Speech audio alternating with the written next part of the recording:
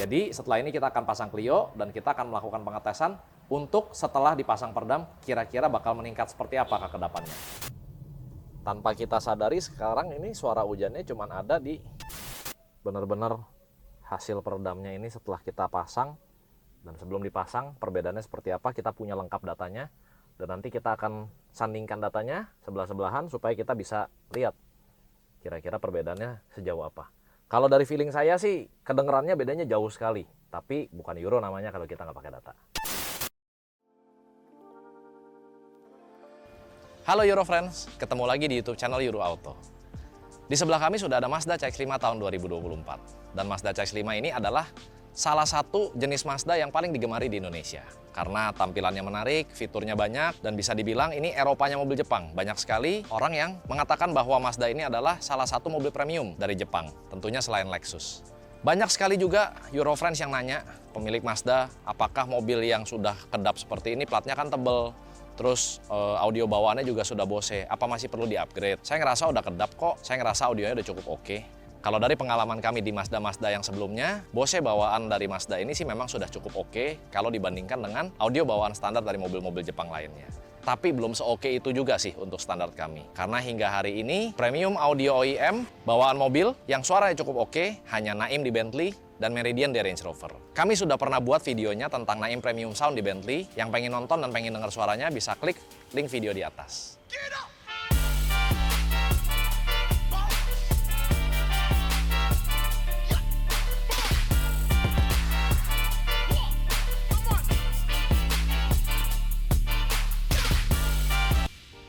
Nah, Euro Friends yang satu ini sudah menjadi langganan kami dari tahun 2018. Ketika beliau membeli mobil baru, CX-5 2024, beliau juga merasakan hal yang sama dengan apa yang kami rasakan tentang kekedapan dan audio standar dari mobil CX-5 ini.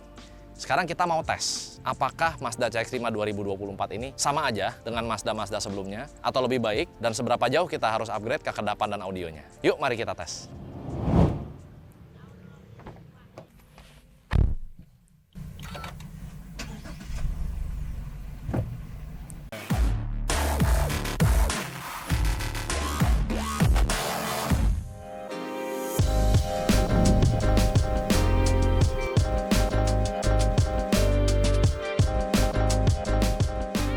Kalau dari sisi driving impressionnya, ini masih seekor Mazda, tetap fun to drive. Ya bisa dibilang ada kemiripan dengan Mazda-Mazda yang lain. Jadi kalau yang udah biasa bawa Mazda, begitu bawa Mazda CX-5 2024 ini, pasti akan tetap ngerasa familiar dengan rasa berkendaranya. Nah kalau kita bicara noise, oke, suara bannya udah agak kedengeran. Sekarang kita jalan kira-kira kecepatan 40. Memang sudah cukup oke kalau dibandingkan dengan salah satu brand mobil yang sering kita bahas di video YouTube, yang memang terkenal sama road noise-nya. Tapi ya masih kedengeran road noise-nya.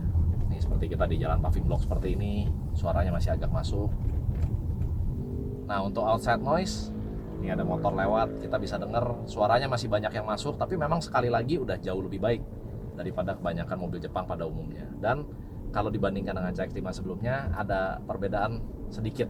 Mungkin karena memang dua kaca depan ini sudah pakai double glass, jadi memang untuk outside noise-nya sudah sedikit lebih baik daripada CX-5 yang sebelumnya. Nah untuk engine noise-nya sendiri juga masih ada masuk sedikit. Memang sih suara mesinnya Mazda ini asik, dari dulu saya seneng banget sama suara mesinnya Mazda. Cuman memang masih ada room for improvement dan kita masih bisa perbaiki kekedapan dari sisi road noise, dari sisi engine noise dan outside noise. Dan sekarang seperti biasa, nggak afdol rasanya kalau kita nggak ngetes pakai data. Jadi kita akan ngetes road noise-nya di kecepatan 60 dan 80 sebelum kita pasang peredam. Dan untuk outside noise nanti kita akan ngecek ketika kita balik ke workshop.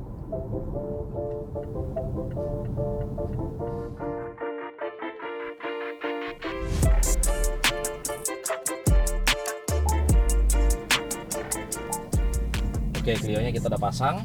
Sekarang sebelum mulai jalan kita akan tes dulu untuk engine noise di idle 2000 rpm dan 3000 rpm.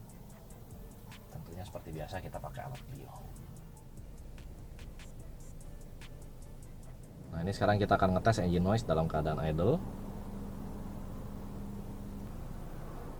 Kita akan ambil di 2000 rpm sekarang.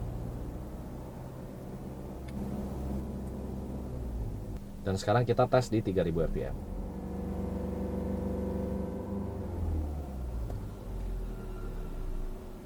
Sekarang kita akan mulai jalan dan kita akan tes road noise-nya di kecepatan 60 km per jam. Sekarang kita akan coba dengan kecepatan 80 km per jam.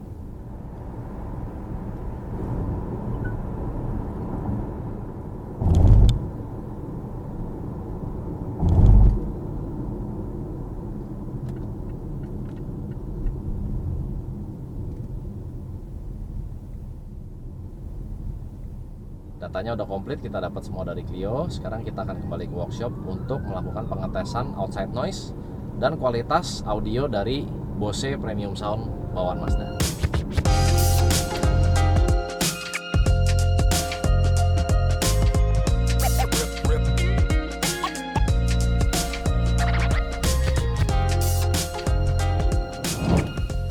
Nah, kita udah balik ke workshop. Sekarang kita akan lanjutkan dengan pengetesan outside noise dan menggunakan speaker getar. Tapi sebelum kita mulai tes, since mobilnya udah nyampe workshop, kita akan lakukan visual check dulu.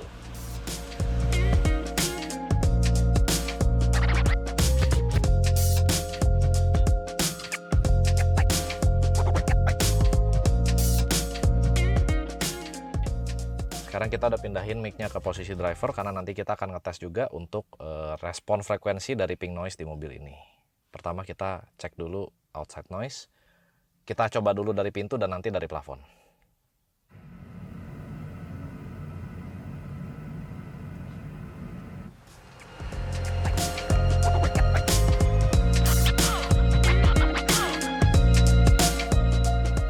Kita udah pasang speaker getar di plafon. Sekarang kita akan ngecek outside noise dari sisi plafon yang biasanya terwakili oleh suara hujan.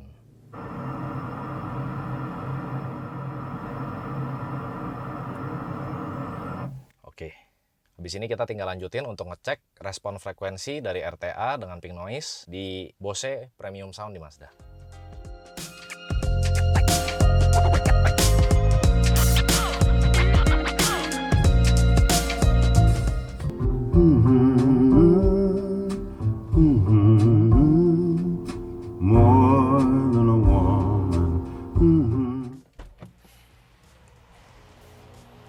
Oke, kira-kira saya tahu deh apa yang harus dikerjain sama mobil ini. Yuk kita ke atas, kita bahas.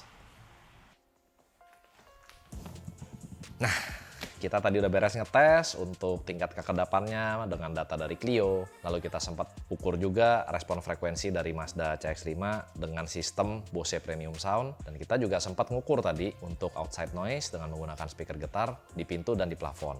Jadi menurut kami untuk kekedapannya memang masih bisa di-upgrade lagi, masih ada room for improvement. Karena yang paling menonjol menurut kami adalah dari outside noise, maka kami akan menggunakan peredaman 4 layer di pintu belakang dan 5 layer di pintu depan. Kenapa dibilangin? Karena yang pintu depan kita akan melakukan audio upgrade, sehingga kami akan tambahkan layer di bagian pintu depannya. Lalu untuk lantai, menurut kami road noise-nya di mobil ini masih cukup bisa ditolerir sehingga kami tidak go all out untuk peredam lantainya. Jadi kami menggunakan Rainbow D35 dan untuk spakbornya dengan treatment yang seperti biasa, di spakbor depan kita akan treat dengan 4 layer dan di spakbor belakang kita akan treat dengan 3 layer. Nah, untuk plafon menurut kami agak sedikit mengganggu nih. Umum sih mobil Mazda biasanya memang plafonnya biasa-biasa aja kekedapannya. Jadi kita juga akan pasangkan 2 layer dengan menggunakan produk D21 dan I6. Untuk engine noise, kami juga akan memasangkan 2 layer peredam di kap mesin dan di cover mesin, serta di area di bagian bawah wiper, yang setelah kami pelajari ternyata cukup signifikan untuk mengurangi engine noise yang masuk ke dalam kabin. So, kita nggak usah lama-lama deh. Yuk kita bongkar.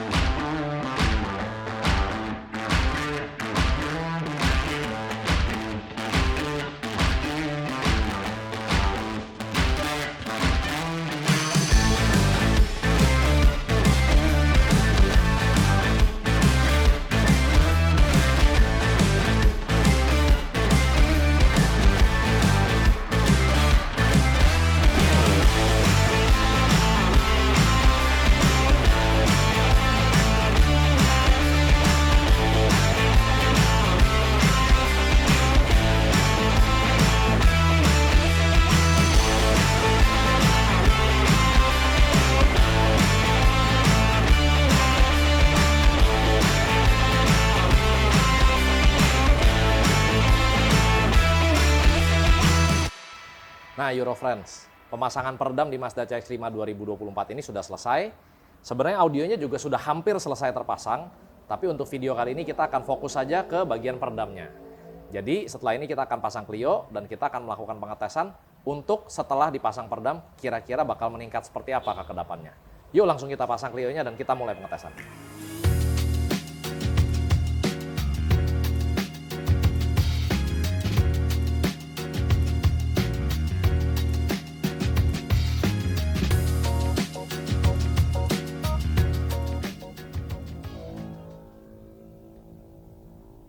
Pas kebetulan ada motor yang berisik tadi knalpotnya, memang nggak bisa hilang 100% suaranya, tapi saya sih berasa udah banyak banget yang kesaring suara dari luar yang masuknya.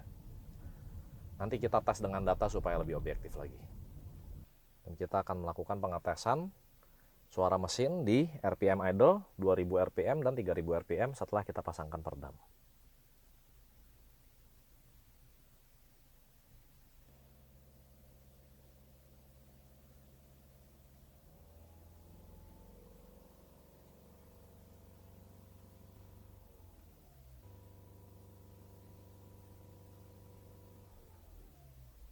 Kita akan melakukan pengetesan di kecepatan 60, 80, dan nanti speed trap di kecepatan 60 km per jam setelah dipasang peredam.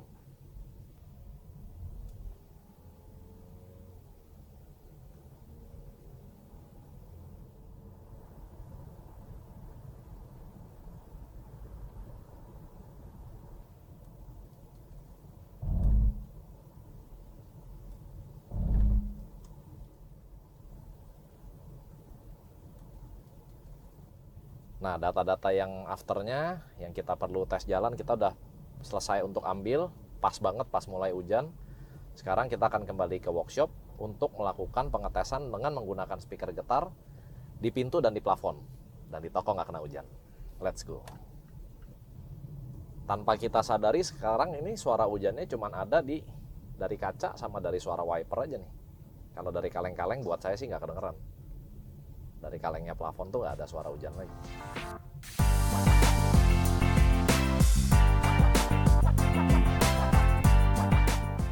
Kita akan lanjutkan dengan menggunakan speaker getar di pintu dan di plafon supaya pengetesan kita yang afternya ini jadi komplit. Kita akan pakai track yang sama, pink noise, dan ini volumenya saya mentokin paling kencang.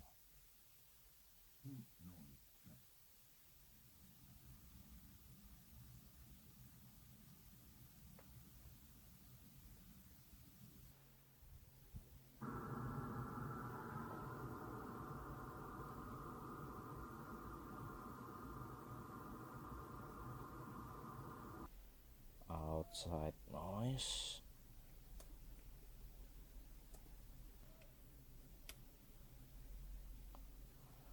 Jadi kelihatan benar-benar hasil peredamnya ini setelah kita pasang dan sebelum dipasang perbedaannya seperti apa. Kita punya lengkap datanya dan nanti kita akan sandingkan datanya sebelah-sebelahan supaya kita bisa lihat kira-kira perbedaannya sejauh apa.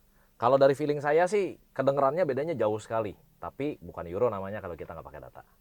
So sekarang kita ke atas, kita akan compile datanya dulu dan nanti kita akan simpulkan dari data yang kita dapat. Mari kita ke atas. Oke Eurofriends, jadi datanya sudah kami compile sebelah-sebelahan supaya dibacanya lebih enak. Nanti bisa dilihat juga di sini. Karena data yang kami kumpulkan cukup banyak, supaya pengetesannya valid, datanya representatif, dan kita bisa tahu persis bagian-bagian mana aja yang memang bisa berkurang secara signifikan noise-nya. Sekarang kita akan bedah satu persatu. Jadi yang pertama, kita akan mulai dari data noise waktu engine idle. Dan engine idle ini rata-rata frekuensinya itu turun, masing-masing frekuensi turun sekitar 5 dB lebih. Khususnya di frekuensi 30 Hz itu bahkan penurunannya hampir 10 dB. Dan yang paling penting kita bisa lihat adalah bottom line-nya. Bottom line artinya adalah frekuensi mana yang noise-nya paling rendah. Di engine idle ini, sebelum dilakukan peredaman, bottom line-nya ada di 25 dB. Dan setelah dilakukan peredaman, bottom line-nya ada di 18 dB. Jadi bisa disimpulkan secara engine idle ini penurunan noise-nya cukup dalam. Dan di 2000 RPM, rata-rata itu turun 2 dB. dan khusus di frekuensi 60 Hz itu penurunannya hampir 10 dB. Bottom line-nya sebelum diperdam ada di angka 23 dB dan setelah diperdam ada di kisaran 22 dB. Memang kalau dilihat bottom line-nya nggak beda jauh, tapi kalau kita lihat di 60 Hz itu turunnya cukup dalam hingga hampir 10 dB. Dan yang berikutnya untuk engine noise yang terakhir kita tes ada di 3000 RPM. Rata-rata itu masing-masing frekuensi turun di 2-4 dB. Di 60 Hz turun sekitar 6 dB dan di 80 Hz turun sampai 4 dB.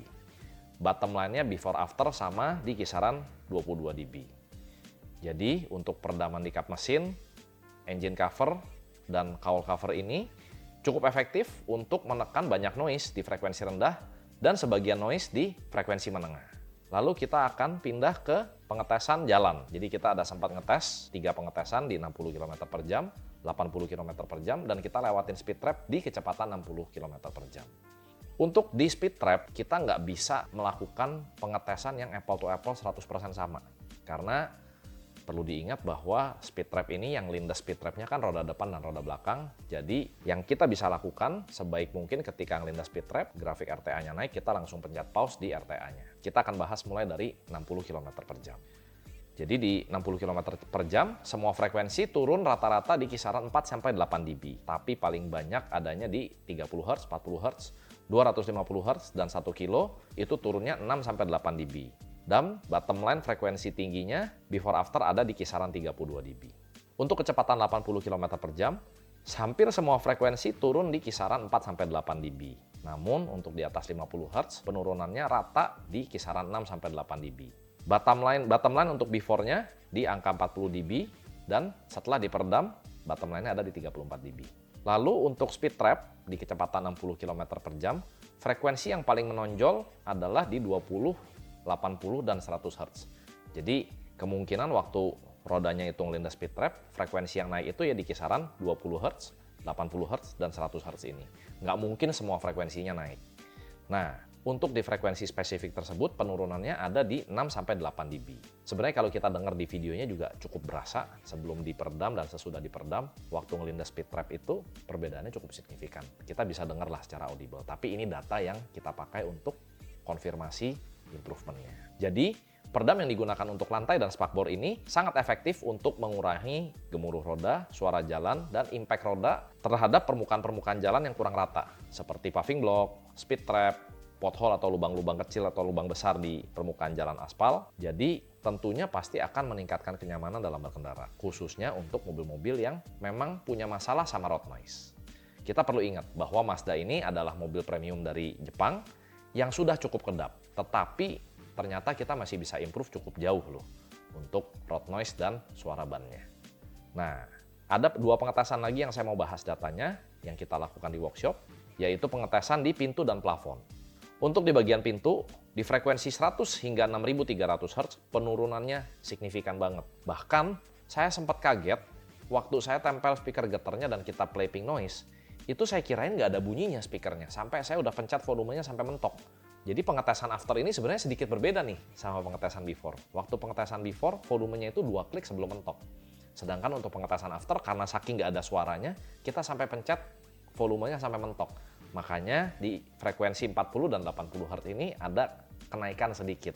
Tetapi untuk di frekuensi lain seperti 20 Hz dan 250 hingga 2000 Hz, itu penurunannya signifikan sekali di kisaran 4 hingga 22 dB. 22 dB itu nggak main-main, itu besar sekali. Dan untuk plafon di frekuensi 20 hingga 6300 Hz itu turun di kisaran 2-12 dB. Dan yang paling banyak penurunan frekuensinya adalah di frekuensi 160, 300 hingga 1200, dan 2500 hingga 5000 Hz. Rentang penurunan frekuensinya cukup lebar sehingga ini representatif banget untuk mewakili noise dari suara hujan yang turun kena dengan plafon mobil. Karena memang itu ada gabungan dari beberapa frekuensi, dari frekuensi rendah dan menengah, dan frekuensi menengah ke tinggi. Karena kita bisa ngebayangin ya, kalau suaranya kaleng kena air, teng, itu kan pasti ada frekuensi menengah ke tingginya dan ada tep, frekuensi rendahnya juga.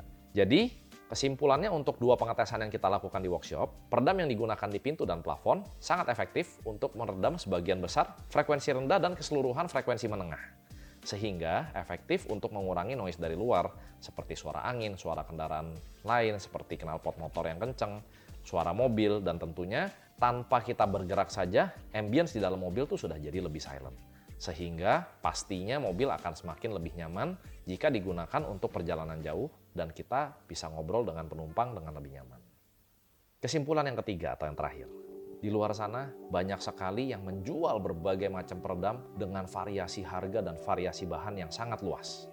Kami percaya bahwa semua bahan mempunyai sisi positif dan sisi negatifnya masing-masing. Dan kami percaya bahwa zaman sekarang customer kami sudah menjadi smart buyer. Banyak sekali yang bisa research ke sana dan kemari, mencari tahu kelebihan dan kekurangan dari masing-masing peredam. Pesan kami hanya satu, do your own research dan pilihlah peredam kalian dengan bijak. Tentunya, tanyalah ke narasumber yang tepat, yang bisa menyajikan data, bukan hanya opini saja.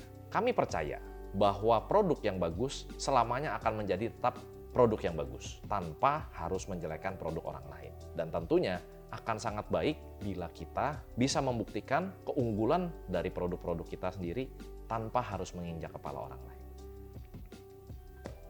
Demikian ulasan kami tentang peredaman di Mazda CX-5 2024 ini.